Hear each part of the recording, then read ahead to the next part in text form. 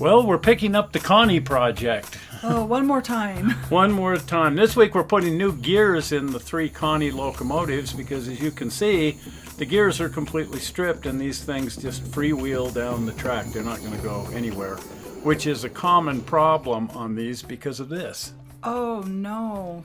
Every one of these that they made, the gear fails like this. It just cracks. Oh, not a good way to build something. Well, all the rest of the engineering is so great, and then right in the middle of all that is this. Oops. Anyway, this week we're going to be replacing this entire axle and gear with something that isn't going to break. Unfortunately, when you buy the replacement gear, instead of just sending you the gear, they send you a complete new axle with a brass gear pressed onto it. And this time it's keyed right into the axle, so in theory it's never going to slip again once you get this new axle and gear installed. So Don is going to show us how to go about doing that. He's already done this to his locomotive. Now, if you've saved your original box from Bachmann, it really comes in handy because look at this. You can just spin your locomotive upside down and put it right back in the packing material, and that will hold it so that you can get to the gears. This cover covers your gear, and you can remove those 4 screws and visualize the gear. If it's a white plastic gear like this one, if it hasn't failed, at some point in time it will. If it's a brass gear in here, then your gearbox has already been rebuilt, and it has the new brass gear in there. One way or the other, you want to periodically open that up and just put a plastic compatible lubrication in there on any of these locomotives. So let's take this off. I don't know if yours has got the red Loctite on them or not. We'll look and see because it's right at the end. Is that a metric spin tight that you're using, or no, do you know what it is 9/32. Okay. And it seems to fit. It's probably some metric wismogoid, but yours. Just like that. I laid that down. And now, what is it you're pulling off of there? The concentric. Oh, just get him off the shaft. Yeah, so this I'd like to get off. So what I did with mine is I pulled this one off. I was hoping we wouldn't have to on yours, but oh yeah, yours has got the same gear problems that mine did. So that we'll put in.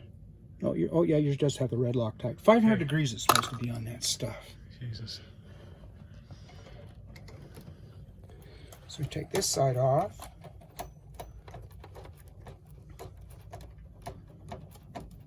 Don't drop it. Oh yeah, yours has got the same problem. Just rolls around. Yeah, there's nothing left of that gear.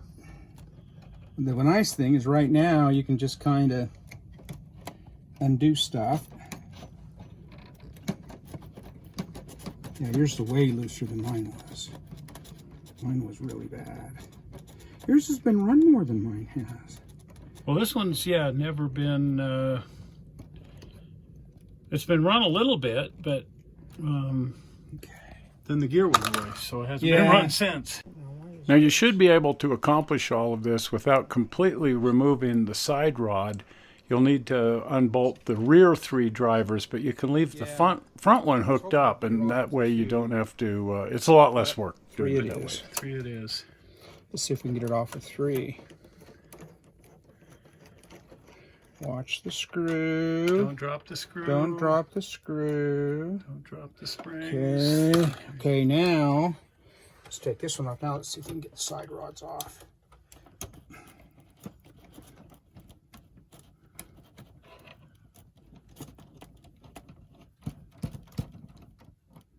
Don't drop the screw. Okay, so now let's see if these will come off. Oh yeah. Yeah. So then we'll just drop them off. Okay, now. Okay, next up we need to remove all of these really small screws that hold this plastic cap which locks all of the drive wheels in place. What Don did is he left the screws in the plastic part and just loosened the screws enough to get the whole plastic strip off of the top. It's easier to manage the screws. You have to be really careful. So you undo these. I don't even take them out. I just undo them. Just loosen them a bit. Yep. We have to take them all the way out because you have to lift the whole thing off. Got it. But I didn't take them out of the little holder gizmoid.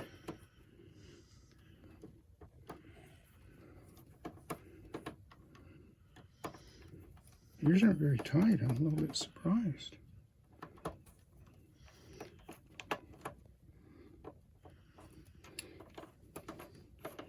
Okay, then, very carefully.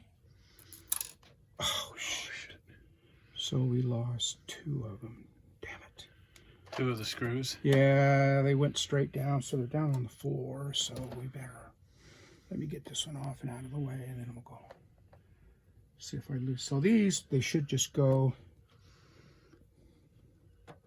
They shouldn't go very far. And if they do, we'll just take them out of mine, stick them in yours, and I'll just find them later. Because that'll be easy. Because they're all the same, I'm sure. I think there's one right next to my toe. Oh, okay. I think one of them went down here by my leg. Yeah, I'm pretty sure one of them's sitting right off my toe. Good. But they're so stinking teeny. Okay, then the next thing I did, yours are very tight. I'm really surprised. I don't know what that means. Now this time I'm going to be a little bit more careful. So, oh, because that one isn't out. Okay, now are we going to flip this off and not have them go everywhere? Nope. Oh, yep. So this needs to go over there. Okay, then with the brake lines, so I just took them and just went like this with them. And peeled them back and just laid them back over like that. Got it. The 4 screws that hold the gearbox cover on. So this is where it gets... Oh, yours isn't even tight. I think somebody had this thing open before. It's possible.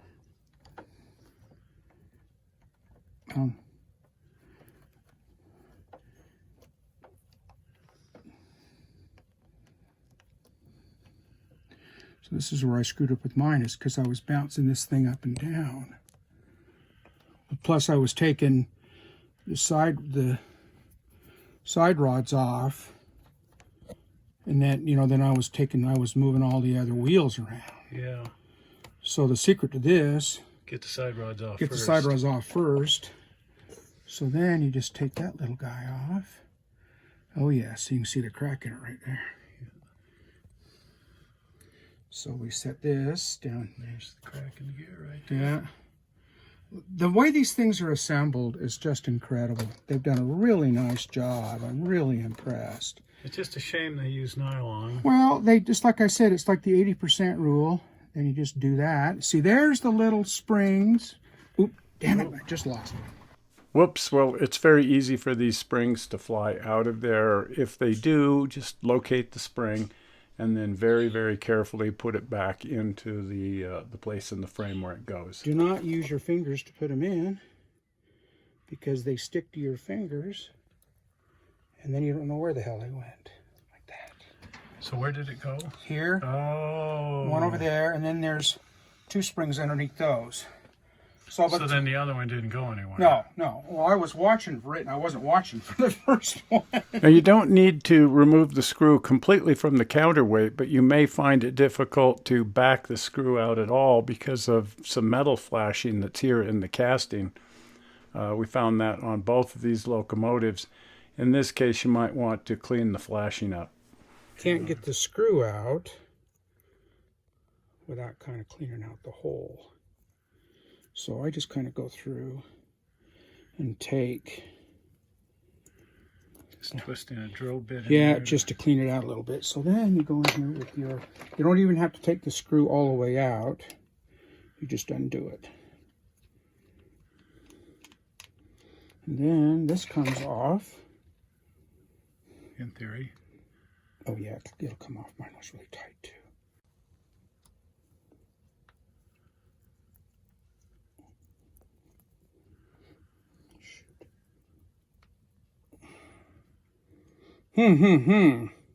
So as you can see, the counterweight will come off of there with a little encouragement. but the screw stays in the casting. You don't have to actually remove the screw completely. Okay, so let's see if I can just kind of just pop that guy off. There we go. Maybe.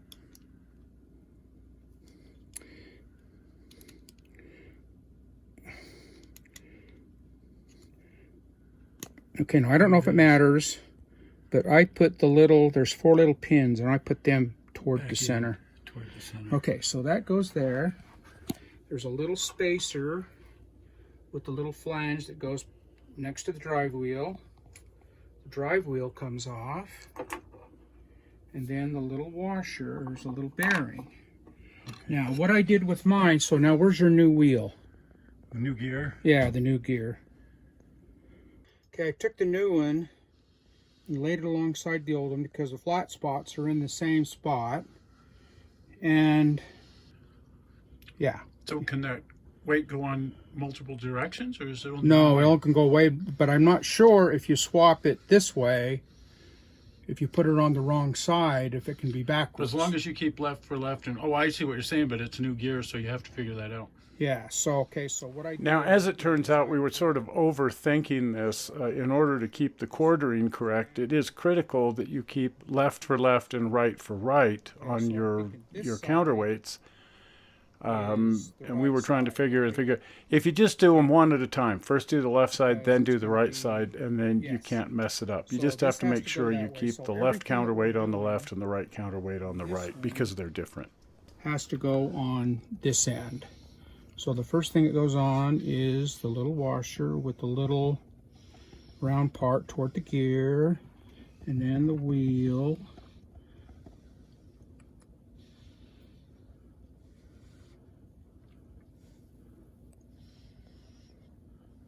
What's the deal with the wheel? Oh, okay, there we go, with the wheel going that way and the little spacer going that way, and the little nubbies in.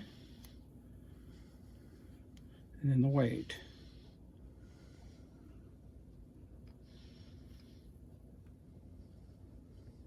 So it has to go on that way. Then we want to put the screw back in it.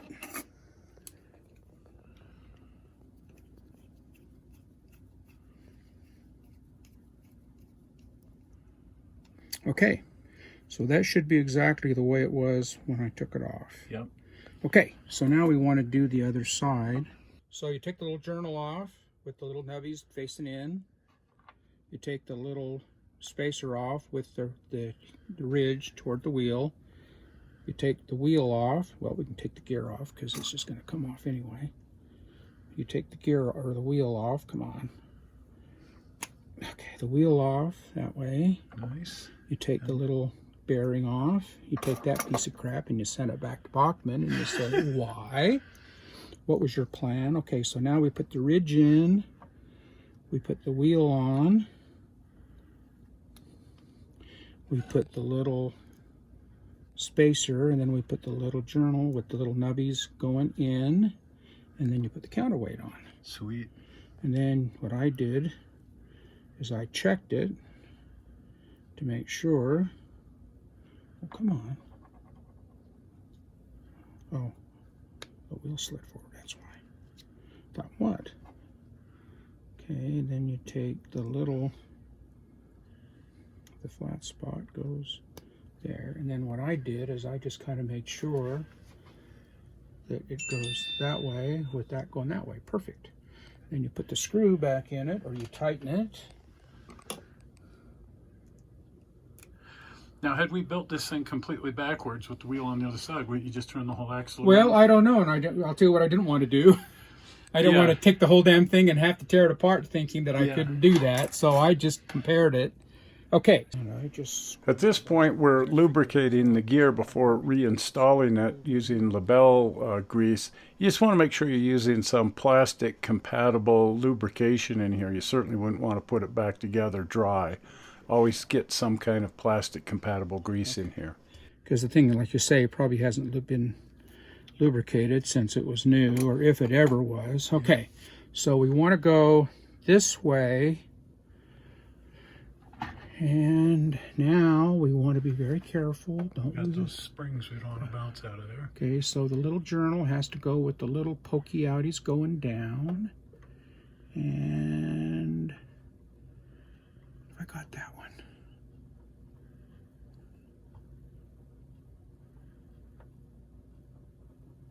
Okay, now do we have it right?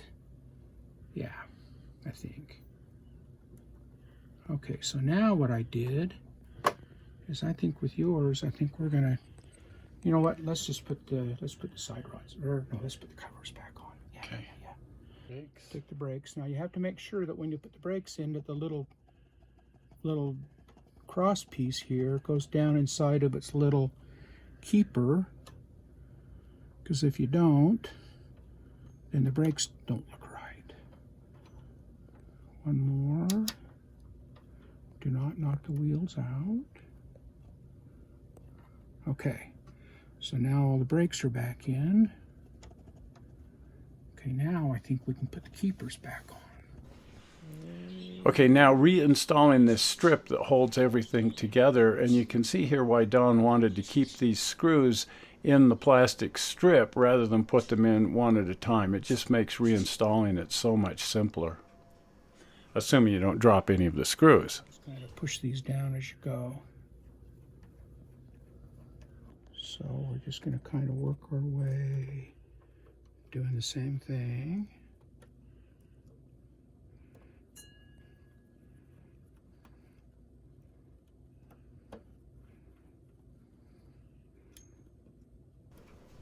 Okay, just a bit more grease before putting the cover back on. Because I figure it's going to get sucked up inside the gears. Yep. And find its way home anyway.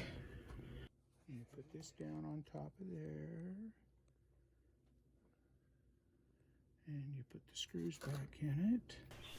Now, because the gearbox is sort of loose in there, we found we had to go in there with a screwdriver and kind of brace the gearbox in order to get the screws to go back in. Down. Yeah.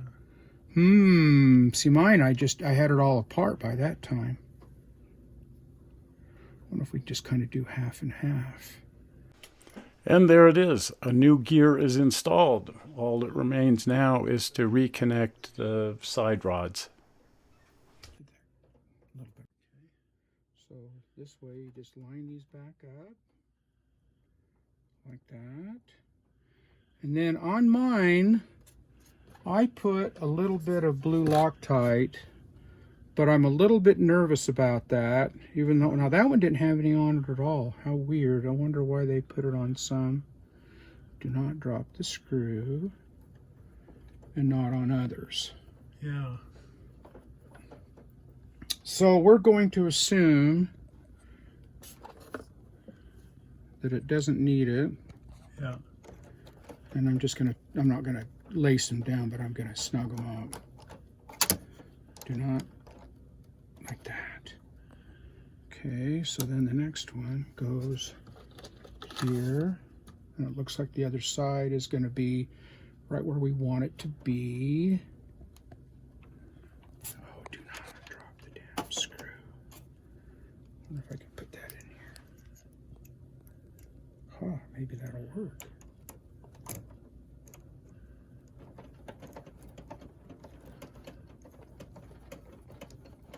Oh, will you look at that?